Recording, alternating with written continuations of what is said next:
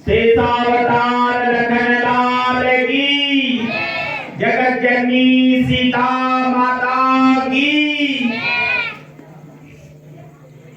आदरणीय लीला कमेटी के अध्यक्ष श्री यतीश चंद्र पांडे जी,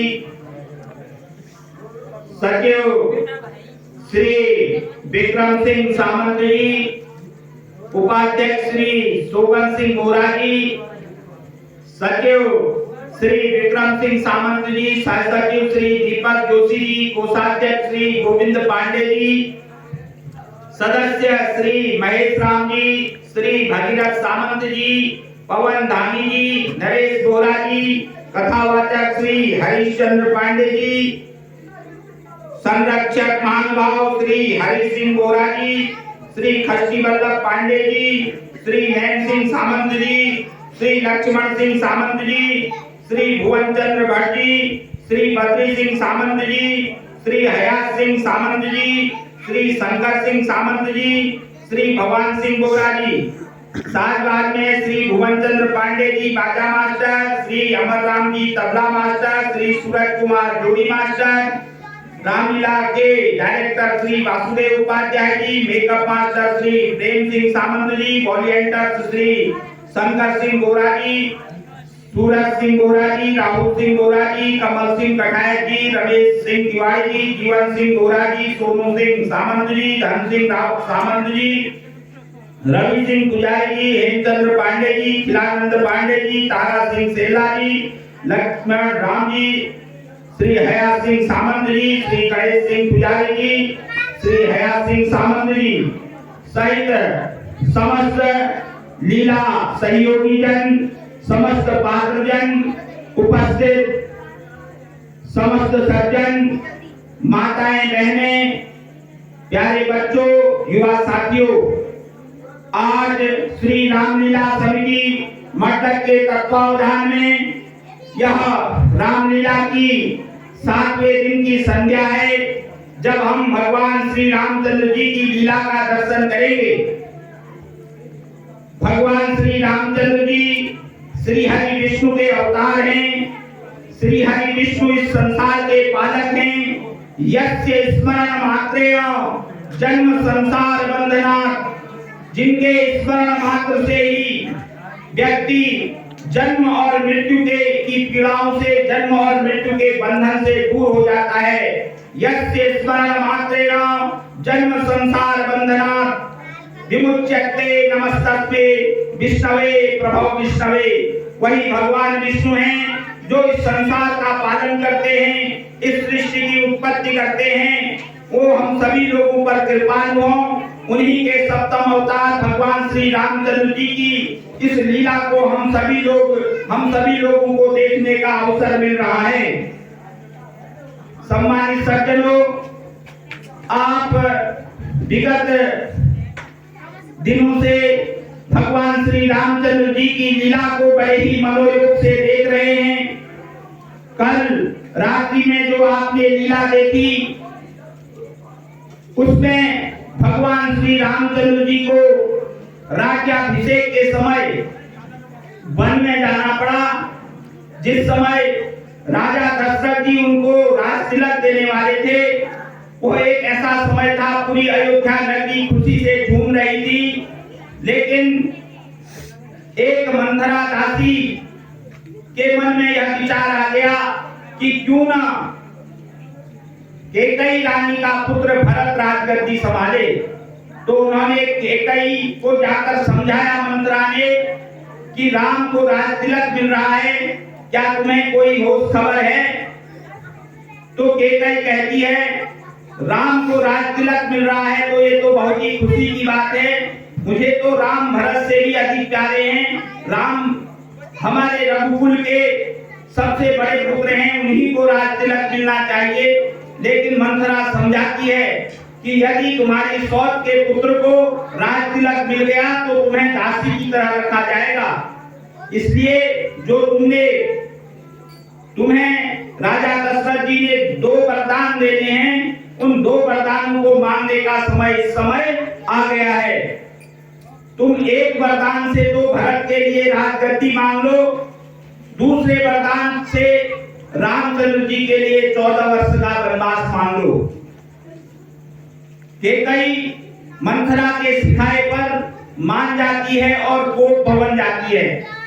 महाराजा दशरथ की सभा में जिस समय रामचंद्र जी को राज तिलक के कल को राज तिलक होगा इसकी घोषणा हो रही थी, तो वहां राजसभा बैठी थी। बहुमत से यह प्रस्ताव ध्वनिमत से सभी लोगों ने पारित किया कि हाँ, अब राम को राज तिलक देने का समय आ गया है।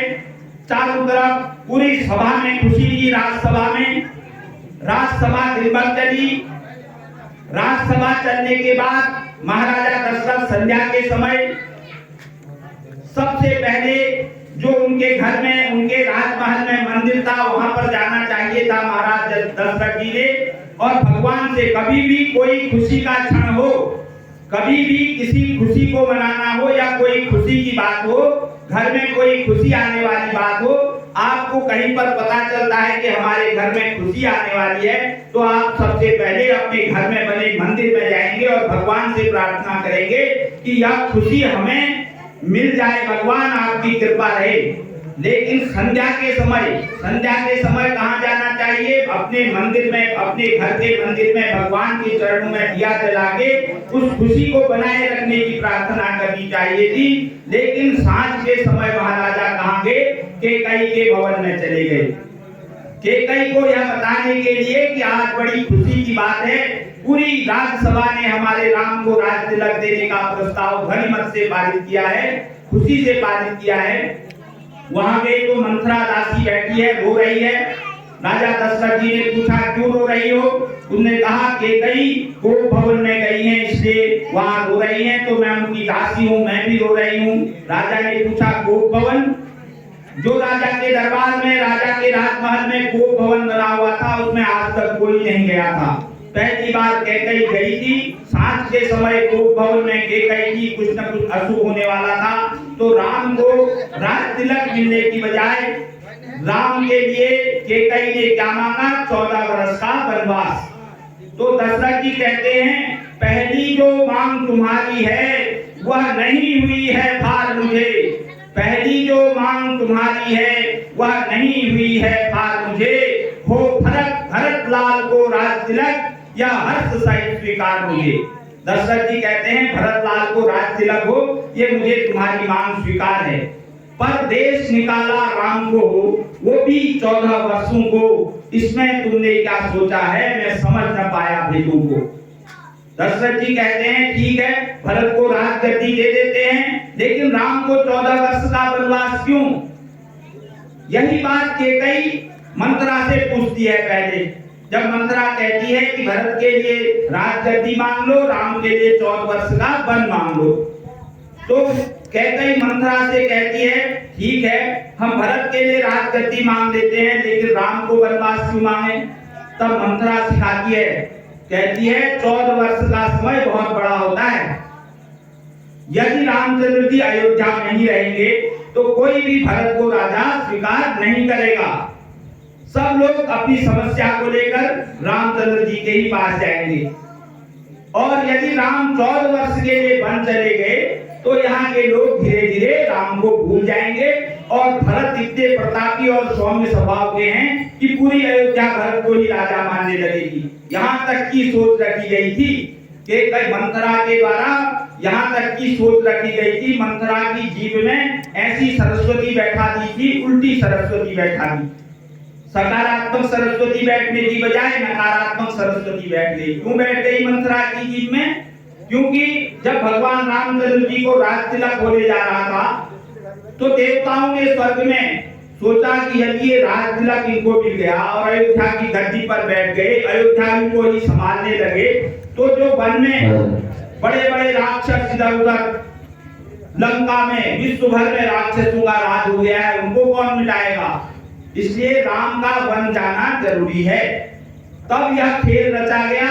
मंथरा के मुंह से इस तरह की बातें, इस तरह की शिकायत केकई को सिखाया गया। तब रामचंद्र जी के वन जाने का रास्ता हुआ। वहां वन जाकर के रामचंद्र जी कहते हैं मेरे लिए तो चारों तरफ बढ़िया ही अच्छा है, वन में जाऊंगा, मुनिगणों से मिलूंगा, और भी कई काम मुझे पूरे करने हैं। माता कौशल्या कहती हैं, क्या हुआ, तुम्हें तो राजगद्दी मिलनी थी। तो राम जी कहते हैं, अयोध्या नगरी, भरत छोटा है, बड़ा है या मैं बड़ा हूं? तो कौशल्या जी कहती हैं, आप बड़े हो, भरत छोटा है। तो राम जी कहते हैं, अयोध्या नगरी बड़ी है या पूरा जंगल बड़ा है? पूरा जंगल तो पूरे भारत में फैला था। कौशल्या जी कहती है, जंगल बड़ा है। तो रामचंद्र जी कहते हैं, छोटे भाई को अयोध्या छोटी जगह है, उसका राज मिला है, और मैं बड़ा भाई हूँ, मुझे जंगल का राज मिला है। तो आप लोग देखेंगे कि भगवान रामचंद्र जी की आज की लीला में भगवान रामचंद्र जी वन पहुंच गए हैं। वहां पर केवट राज, निषाद राज ने उनको नदी पार कराया है। उसके बाद भगवान रामचंद्र जी वहां पर मुनिगणों के आश्रम में जाकर भारद्वाज मुनि जी से मिलते हैं, वाल्मीकि मुनि जी से मिलते हैं। आज महर्षि वाल्मीकि की जयंती भी है। महर्षि वाल्मीकि जयंती है। आज बच्चों की स्कूल की छुट्टी होगी, आज राष्ट्रीय अवकाश है।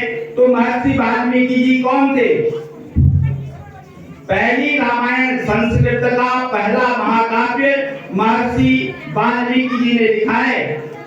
वो महर्षि वाल्मीकि जो कि एक ब्राह्मण पुत्र थे, बचपन में किसी चांडाल के द्वारा उनका अपहरण कर लिया था। वाल्मीकि जी का एक लुटेरी जाति ने उनका आक्रमण कर लिया था, और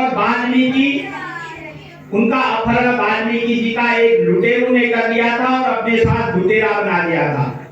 वाल्मीकि जब बड़े हुए तो लुटेरों के साथ लूटने का काम करते थे, लूट कर ही अपने परिवार का भरण पोषण करते थे, डाकू का काम करते थे। एक दिन नारद जी वहां से जा रहे थे। महर्षि नारद जी तीनों लोगों का भ्रमण करते हैं। नारद जी तो नारद जी को डाकू वाल्मीकि जी ने पकड़ लिया। डाकू रत्नाकर नाम था उनका। डाकू रत्नाकर ने नारद जी को पकड़कर बांध दिया, कहा जो है तुम्हारे पास मुझे दे दो। तो नारद जी ने कहा मेरे पास तो एक चिमटा है, एक कमंडल है ना, इसी को दे दो।